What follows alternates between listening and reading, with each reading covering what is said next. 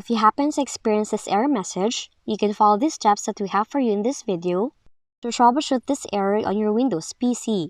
First, check and enable virtualization technology in the BIOS. Do it by opening Task Manager. Open the Performance tab, then make sure that the CPU tab is selected. Now you have to locate the virtualization section and check if this is enabled or disabled. Now if it is disabled, you have to open the BIOS setup and enable it from there. Now enabling this depends on the PC brand you are using. Next, enable Virtual Machine Platform. Do it by opening Control Panel, click Programs and Features, click on Turn on Windows Features on or off, scroll down, locate Virtual Machine Platform, and also the Windows Hypervisor platform. Now you have to select both options and click OK.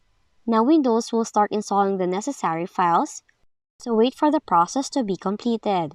Once done, click on Restart Now to restart your system and apply the changes. Lastly, set Hypervisor to launch at the system startup. Do it by opening Command Prompt with admin rights. You have to type in the following command, wait for the success message, then restart your PC. After the restart, open Command Prompt as an admin again, run the following command, scroll down to Hypervisor Launch Type entry, and make sure it is set to Auto. Then, try to launch Windows Sandbox and check if the No Hypervisor Was Found error is resolved. And those are the different ways to fix the following error code in your Windows computer.